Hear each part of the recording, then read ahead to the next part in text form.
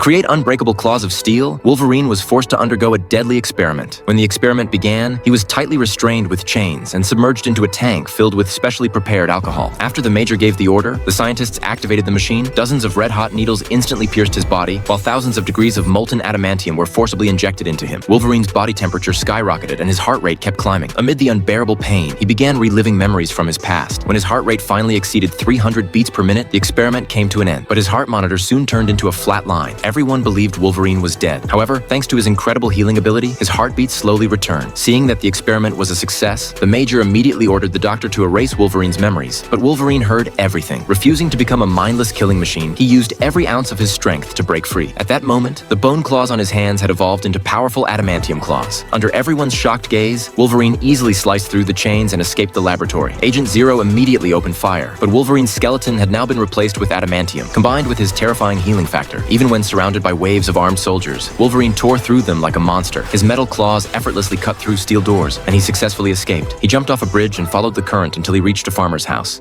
I think there's a naked man in the barn. Yeah.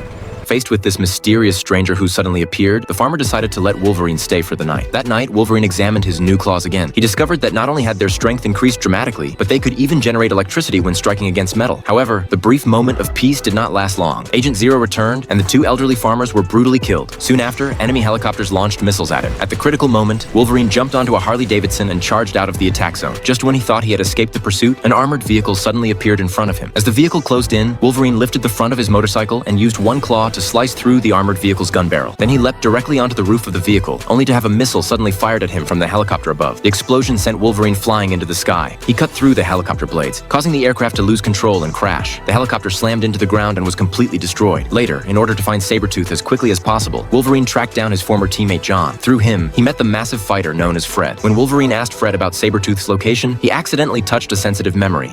Did you just call me Blob?